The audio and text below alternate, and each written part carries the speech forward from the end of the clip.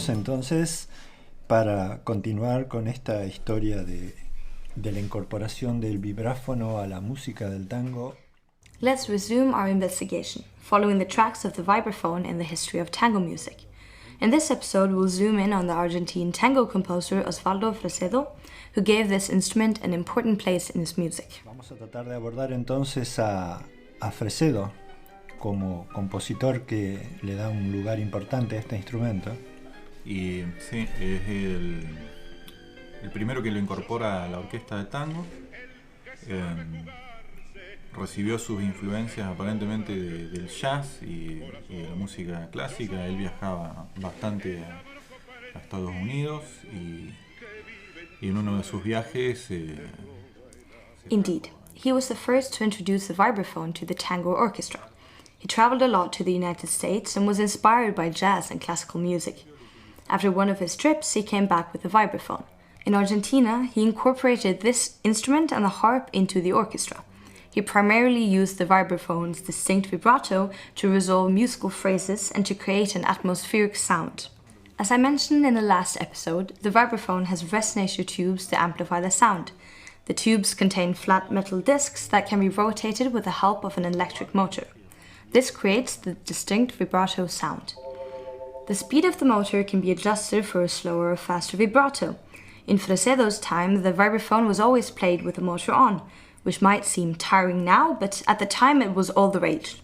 Not only did the new instrument have sustained and a metallic sound, but also the characteristic vibrato that gave name to the instrument. This must have appealed to Osvaldo Fresedo, who began using the vibraphone in the tango orchestra. Let's listen to the tango Pampero by Osvaldo Fresedo, in which Roberto Ray sings about the wind of the Pampas. No solo que tenía sustain y que era como una marimba de metal, sino que también tenía ese efecto guau, guau, que lo utilizaban muchísimo. Y eso es algo que seguramente le encantó a Osvaldo Fresedo y lo incorporó. Vamos a escuchar entonces de Osvaldo Fresedo el tango Pampero, con la voz de Roberto Ray en este tango que le canta al viento de la pampa.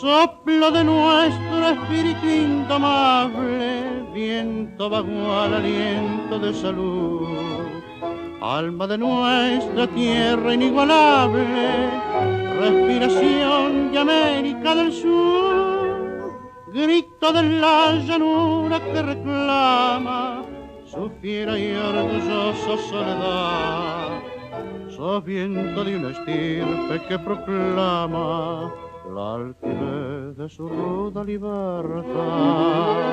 Pampero, viento macho y altanero, que le enseñaste al gaucho golpeándole en la cara a levantarse el ala del sombrero. Pampero, viento indómito y mañero, de ti aprendió la raza corcoviar furiosa cuando quiso montarlo un extranjero.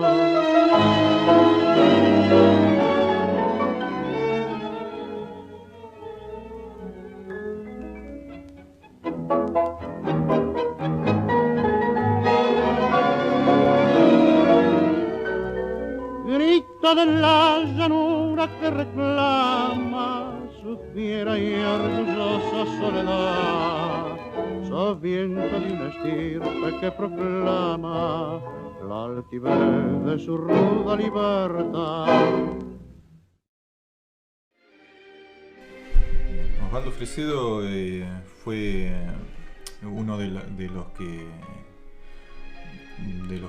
primeros que cambió o que revolucionó el sonido en el tango con lo que es la guardia nueva, ¿no?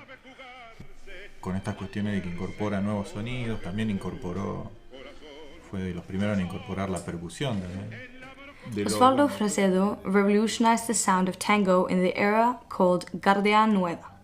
During this period, artists experimented with new sounds and styles, and Fresedo made his mark in history by incorporating percussion instruments like the vibraphone. We don't know much about the vibraphonists that played with Fresedo.